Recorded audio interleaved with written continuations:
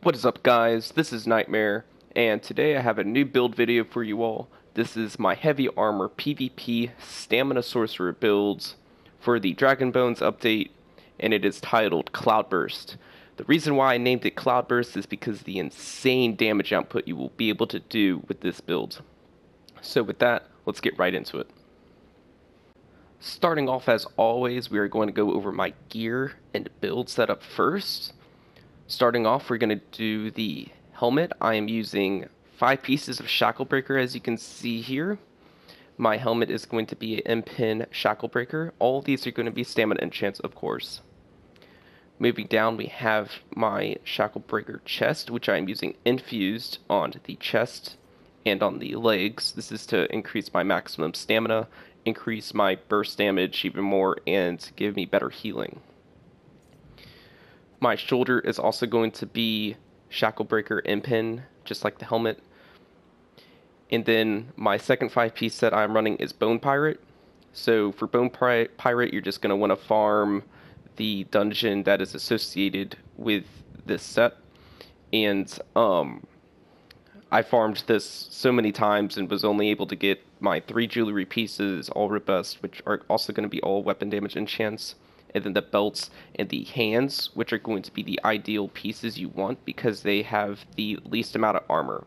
So you're trying to min-max this with how much armor and spell resistance you have, so you want to wear the belts and hands with medium armor. As you can see, I only have a well-fitted waist and a Divine's hands. This was through countless hours of grinding, and I wasn't able to get best in slot traits. However, you can trait change these if you aren't able to get the proper traits. Ideally, you would want either 2 well-fitted or 2 M-Pin pieces. Right now, I'm running 3 M-Pin on the feet, the shoulders, and the head, 2 infused pieces, which you're going to want on your 2 large pieces, your chest and your legs. You can also run this on your head because this is also a large piece. So ideally, you would want to run a 5 M-Pin and then 2 infused, or 3 M-Pin, 2 well-fitted, and 2 infused. Also, my gear is not golded out at all on this build because I am very poor on my console account. I have absolutely no golds left, so I'm not able to afford making my gear gold. The most I can do is getting this stuff crafted and putting glyphs on it. Alright, so moving back up to my weapons, I'm using a Master's Bow, which is sharpened, and this is just going to allow you to increase your weapon damage by 301 with any target affected by poison arrow. We are also using a weapon damage enchant on this. Ideally, you would want this to be infused. And then bringing up to my 2-handed weapon, I am using a Maelstrom Battle Axe. Ideally, you would want this to be a 2-handed sword for maximum damage output. And also, you would want this to be Nirnhones. I'm pretty sure you can get this to drop in Nirnhone doing Maelstrom. If not, of course, again, you can trait change it. And this is just really nice because whenever you gap close to a target, you're going to put that 8,000 physical damage dot on them over 5 seconds. And then the glyph I'm using on my weapon is going to be Shock. The reason I do that is just because of the Sorcerer passives that I will go over later when I go over my skills. Furthermore, let's go over my slottable items. Of course, we're using Dubious Command Throne because we're using Bone Pirate. This is a drink that will combo very nicely with Bone Pirate. As you can see, if you're not aware of these sets, I should have gone over this. Shacklebreaker is giving me weapon damage, spell damage, stam recovery, and a magic recovery with a 2k stam and magicka bonus. This is going to be very nice. That extra magicka and magicka recovery works out very nice on Sorcerer because we can Dark Deal to get more stamina back. And then for Bone Pirate, we're getting a max stam, a stam recovery, another max stam, and then that 5-piece bonus, which makes Bone Pirate so overpowered, in my opinion, for sustain. Is you're getting another 2,000 max stamina and another 150 stamina recovery for having a drink buff active. Just the general idea of being able to run this medium armor set with a full 5-piece heavy set just blows my mind. But that's just how things work out, unfortunately. But like I said, dubious command thrown drink. And then we're using immovability potions. These are going to give you max stamina.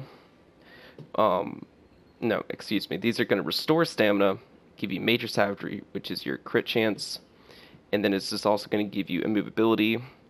And you can craft these by using Blessed Thistle, Dragonthorn, and no, that's the wrong one. Columbine, Dragonthorn, and Wormwood. So Columbine, Dragonthorn, and Wormwood is going to be able to grant you or give you these Essence of Immovability potions, which are best in slot for PvP. So that's pretty much going to cover my gear and slottable items. Next up, I will go over my skills. Alright guys, I'm going to go over my skills now for this build. Real quick before I get into it, I spent a lot of time playing around with these new skills. As you know, 5-piece heavy armor builds can no longer use shuffle. So I played around with all the different combinations of abilities I could use. I tried replacing shuffle simply with critical surge. Didn't find that it was giving me that much more healing or survivability. So in the end, I decided to put on bound armaments, which is going to give me the minor resistance buff for 1300 more physical and spell resistance. This is also going to give me 8% increased max stamina, which is very good on a stamina sorcerer, along with 11% increased heavy attack damage. Now, with doing this, you'd of course have to double slot it, and I replaced Streak with bound armaments, which in the end, I don't miss Streak that much, because this allows me to use Dark Deal ever so much more. So Dark Deal, as you know, you take away your magicka to increase or give you back stamina and a pretty big heal. So without using Streak and Crit Surge, taking those two buffs off, or those two abilities off, which are both magicka abilities, we're left with only one magicka ability in this build, and that is Dark Deal. This is going to give you max sustain for your heavy armor stamina sorcerer. So continue on with these abilities. Of course, Poison Injection, we're using this because we have the Master's Bow. It's a very good dot, really good ranged ability to engage with before you crit rush in. And it's also an execute. Whenever they drop below 50% health, you're going to increase your damage done on them. Very nice ability. Of course, we're running Hurricane. Every stamina sorcerer should be running Hurricane. This is a 1000 damage dot, which increases in damage over time, as well as the size of the AoE. Of course, this is also going to give us our major resistance buff. Pairing that with our minor resistance buff, we're getting very tanky. Of course, Dark Deal for sustain, and Vigor for survivability. This is going to be your HOTS, or your heal over time, AoE heal, comboed with Rally. That's going to be your main source of survivability. Next up, we have Overload on my ultimate for my bow bar. Pretty much I'm just using this for utility, being able to switch over to my third bar, as you can see here, which I'm running Caltrops, which ever so often I'll throw these down at a checkpoint along with Rearming Trap. Rearming Trap's going to be nice if they do happen to walk over it. You're going to get 10% increased crit damage, and they're also going to be hit with a pretty sizable dot. But I mostly just switch over to this bar for rapid maneuvers when I'm running around Cyrodiil. Continuing on with the builds, on my 2H bar I have Crit Rush. Of course, this is going to be our gap closer, and this actually does a very big amount of damage. Main source of DPS is going to be Dizzying Swing. This is also our main source of CC. This will hit for 15,000, and yeah, this is just your bread and butter ability. If you're going up against heavier, or I should say tankier opponents, you're definitely going to want to weave in a full heavy attack and then hit them with the Dizzying Swing just to maximize your damage. And that is because of the two-handed passive that you can see here, Forceful. No, sorry, where is it? I think it's this one. When you deal damage with a fully charged heavy attack, you increase the damage of your next attack by 10%. So doing a heavy attack before your Dizzying Swing can allow your Dizzying Swing to hit very hard. Of course, about armaments, again, we have to have this double barred. Reverse Slice is my execute. It is also a splash damage ability. I choose this over Executioner solely because Executioner, they're already at that low of health. You don't need that extra 50% execute damage. Reverse Slice is just going to be better for taking out small groups, and if you're going to Zerg Bomb with a small group or whatever, Reverse Slice is just going to be more ideal. And then finally, we have Rally. Rally is going to be a hot, along with your Burst Heal, a big source of survivability. And then you're mainly using this, you want to keep it up to keep up your weapon damage buff, which is 20%, and this is going to last for 30 seconds. Rally is definitely a must for stamina builds in PvP. And then for our ultimate, we're using Dawnbreaker of Smiting, pretty much just comboing this off of Dizzying Swing. Once they're in the air, you're going to smash them down with that Dawnbreaker of Smiting. Of course, you're going to want to animation cancel it by blocking. As soon as you see that Dawnbreaker of Smiting ultimate animation, you're going to smash down that block button, and it is going to cut the animation short, allowing you to pretty much burst even quicker. So you're getting a huge conal burst damage with this ultimate, along with a damage over time, which is just going to make it very tricky for anyone who survives the Dawnbreaker of Smiting to be able to heal through this massive dot and get away. It's just going to open you up to reverse slice them down and kill them even quicker. Alright, so let's go over my passives real quick.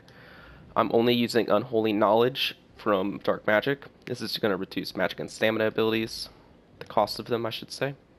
DAEDRIC Summoning, we're just using Power Stone, decrease ultimate cost, and DAEDRIC Protection, which is going to increase our stamina recovery by 20% when a DAEDRIC Summoning ability gets slotted.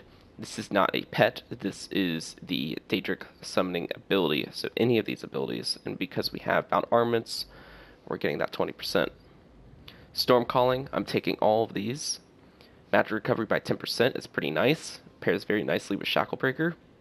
Energized increases physical and shock damage by 5%.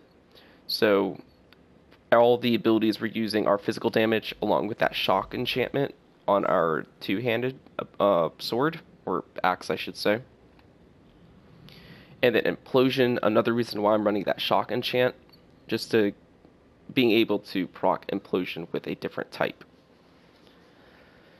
And then Expert Mage, we increase our weapon and spell damage by 2% for each sorcerer ability, so we're only getting 2% extra weapon damage because of the bound armaments on our two-handed bar, but we're getting an extra 6% or 8%, excuse me, on our bow bar. That is from Hurricane, bound armaments, Dark Deal, and Overload. Moving down to our two-handed passives, we're taking all of these, of course. Bow passives, taking all of these, or that's not bow. Yes, it is. Bow passives, we're taking all of these. Moving down, medium armor. I have 2 pieces of medium, so I'm taking these passives here, skipping out on this one. And then all the heavy armor passives, we're wearing 5 heavy. Fighters Guilds, you're going to want Slayer, Banish the Wicked, and Skilled Tracker. Unfortunately, I'm not Undaunted 9 with this build, however, if I was, it would increase my health and max stamina even more. For the Assault Tree, Combat Frenzy is always really nice. And then I'm Orc for this build. I just love playing Orc on a Stam Sorcerer just because of the Swift Warrior passive, being able to sprint around so much quicker and reduce the cost of sprinting. And then you're also getting increased healing received, health recovery, very nice, and then max health and max stamina. Alchemy, you're going to want medicinal use as always. So that's going to cover up my skills and passives. Next I will go over my champion point. Okay, so let's go over the champion point setup for the, I believe it's 720 max CP right now for Dragon Bones update. So starting off in the Blue Tree, I have 75 into Mighty. This is for 14% increased physical, poison, and disease damage. Very nice. I have 51 into Thaumaturge. This is probably a bit too much, but I like the 19% increased damage over time. This is very good with your Poison Injection, your Hurricane, and your Dawnbreaker of Smiting. So, probably a bit too much into Thaumaturge. You can take some out of that, put it elsewhere. 20 into precise strikes is going to give us 9% increased critical strike damage. This is going to be decent. You don't want to put too much into precise strikes because we don't have that much critical strike chance with this build. We're about at 30% on the bow. And if we didn't have the precise 2H, we'd be at about 25% on the 2H. But we do have the critical rush, so we do get a little bit more damage off critical rush because of this. 6 into piercing, this is just where I threw the rest of my remainder points into. 51 into mastered arms is really nice. Increased direct damage by 19%. This is huge. I would definitely recommend getting 51 points into mastered arms on every single PvP build. And then I have 37 into blessed for 9% increased healing done. This is greatly going to increase your survivability. Moving on, we have 40 into Ironclad for 16% reduced damage taken from direct damage abilities. Very nice to increase your tankiness. And then 41 into Resistant for an extra 1,000-ish critical resistance. Very nice, especially since I don't have 5 pieces of Impin like I would want. So I definitely have a little bit more resistant champion points. 20 into Thick Skins, 56 and 56 into Hardy and Elemental Defender. This is a very common setup I'll use for this tree on all my builds. 12% reduced damage across the board, and then 9% on DOTs. 27 into Quick Recovery. Again, this is going to go very nicely with Blessed. Blessed is giving us healing done. Quick Recovery is giving us healing received. So we get 7% from that. Moving on to the green. 27 into Siphoner. I tend to do this a lot with my builds. It's like built-in poisons into champion point system, so we're getting 7% off that. 40 into Warlord for reduced break free. This is very important. 3 into Sprinter. I just threw the remainder points into here. I do sprint around a lot with Stamina Sorcerer, so 2% isn't bad. I have 75 into Mooncalf for 14% increased stamina recovery. Very important to get your stamina recovery up as much as you can with heavy armor builds. 27 Arcanist for 7% magic recovery. I went with this because I do have that Shackle Breaker set on, so I do get a little bit more magic recovery. Then 7% increased stamina returns on heavy attacks. This is also going to help our sustain. 40 into Tumbling. I'm used to playing medium armor builds. If you have been with the channel for a while, I prefer playing stamina builds medium armor, but with the current meta, it's not really working out unless you are using a Nightblade. So I dodge roll a lot more than I'm supposed to, so I have 40%, or not 40%, 40 points into Tumbling for 16% roll dodge, reduced cost. And then I had 1 extra point. I threw it into Befoul. I didn't really have anywhere else to put it. So that's going to cover my champion points. Let's take a look at my max stats real quick. I'm going to buff up with Rally and Hurricane. First on the 2H bar. We're sitting at 3,100 weapon damage, 32% weapon crit. We have 23,000 health, almost 40,000 stam. This would be well over 40,000 if we had max Undaunted and gold gear.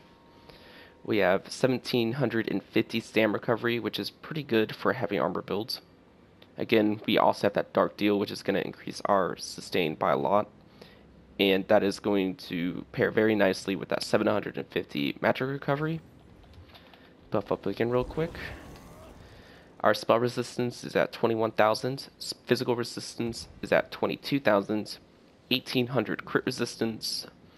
And that's pretty much going to cover the stats. So my attribute points are set up like this. I have 7 into health, 57 into stamina. I went with 7 more points into health just because I needed the extra health. I'm wearing heavy armor, I have the resistance, I just need to increase my overall tankiness by increasing my health a little bit. I found that sitting at like, I think it was like 21 or 22,000 health was a little bit not enough, I should say. So I just went in and increased that a little bit more. Of course, if you're more comfortable with playing with lower health, go ahead and do that. Eventually, I'll probably switch over to all points into stamina myself. So here we go. We have my warrior, not enchant, my warrior, whatchamajigget, what's the word I'm looking for? Boon, whatever other word it is, I can't remember. But 250 increased weapon damage. You could also use Tower for this to increase your stamina even more. And then, like I said, Dubious Command Throne, Drink. So that's going to pretty much wrap up the builds. I may throw a little bit of gameplay in after this. If not, I hope you guys subscribe to the channel and like the video if you liked it. And I will see you all next time.